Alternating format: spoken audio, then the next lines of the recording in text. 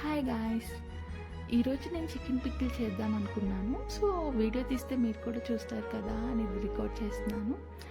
First అయితే చికెన్ని నీట్గా క్లీన్ చేసుకొని కొంచెం ఉప్పు కొంచెం పసుపు వేసి కొద్దిసేపు పక్కన పెట్టేయాలి. ఆ తర్వాత దాన్ని బాయిల్ చేసుకోవాలి. వాటర్ అంతా అబ్జర్వ్ అయిపోయేంత వరకు బాయిల్ చేసుకోవాలి. ఆ తర్వాత ఆయిల్లో ఆ పీసెస్ అన్నిటిని వేసుకొని డీప్ ఫ్రై చేసుకోవాలండి.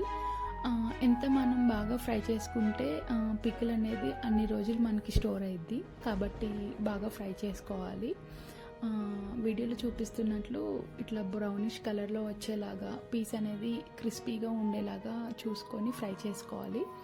ఇక్కడైతే నాకు క్రిస్పీ అయిందండి, సో నేను పక్కన పెట్టేసుకుంటున్నాను. ఫ్రై చేసిందంతా ఒక వేరే బౌల్లోకి తీసి పెట్టేసుకుంటున్నాను. మొత్తం ఫ్రై అయ్యేంత వరకు మనం వెయిట్ చేయాలి. మనం అలా పక్కన పెట్టేసిన తర్వాత ఇంకా మిగిలిన ఉన్న పీసెస్ కూడా ఫ్రై చేసుకొని సేమ్ అలానే పక్కన పెట్టేసుకుంటున్నాను. ఇంకా అదే ఆయిల్లో నేను అల్లం పేస్ట్ వేసుకొని ఫ్రై చేస్తున్నాను. అల్లం పేస్ట్ అనేది మనం ఎంత బాగా ఫ్రై చేసుకుంటే పికిల్ అనేది అంత టేస్టీగా ఉండిద్దండి. ఒకవేళ పచ్చి వాసన ఉంది అలానే మనం ట్రై చేస్తే కనుక పికిల్ అనేది చాలా త్వరగా పాడవుతుంది. కాబట్టి పచ్చి వాసన పోయేంత వరకు మనం బాగా ఫ్రై చేసుకోవాలి. ఇప్పుడు ఫ్రై చేసుకున్న ఆ ఆయిల్లోనే మనం పక్కకి తీసి పెట్టుకున్న చికెన్ పీసెస్ని వేసుకోవాలన్నమాట.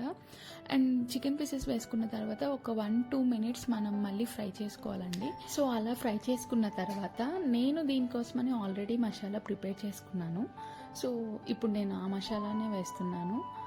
అండ్ మీకు మసాలా కావాలంటే నాకు కామెంట్ చేయండి. సో ఆ మసాలా వేసిన తర్వాత అండ్ సాల్ట్ కూడా వేస్తున్నాను.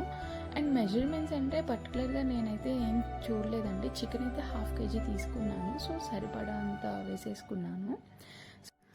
ఇంకా కారం కూడా వేస్తున్నాను. కారం అయితే నేను ఒక 2-3 స్పూన్స్ వరకు వేసానండి. పికిల్ అంటే కొంచెం కారంగానే ఉండాలి కదా, సో కొంచెం ఎక్కువగానే వేసాను. అండ్ కారం వేసిన తర్వాత మొత్తం మిక్స్ చేసుకోవాలి. అండ్ మనకి కారం వేసిన తర్వాత ఇట్లా నురుగులాగా వచ్చేస్తుందండి, ఫోమ్ లాగా.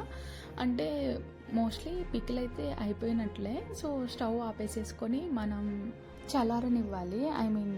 పికిల్ అనేది చాలా చల్లారిన తర్వాతనే మనం లెమన్ తీసుకోవడానికి అవుతుందండి, లేకపోతే వేడి మీద లెమన్ తీసుకోకూడదు. ఇక్కడ నేనైతే 2 పెద్ద సైజ్ లెమన్స్ తీసుకున్నాను. పికిల్ అయితే చాలా బాగుందండి టేస్ట్ అయితే. మీరు కూడా ఒకసారి ట్రై చేయండి.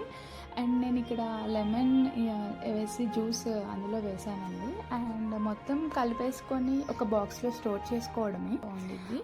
మీరు సో లెమన్ కూడా వేసేసాను. పికిల్ అయితే అయిపోయిందండి. ఇంకా దాన్ని నేను వేరే బాక్స్లో స్టోర్ చేసేసుకున్నాను. ఇదేనండి chicken pickle. Thanks for watching. Please subscribe Poorna's world.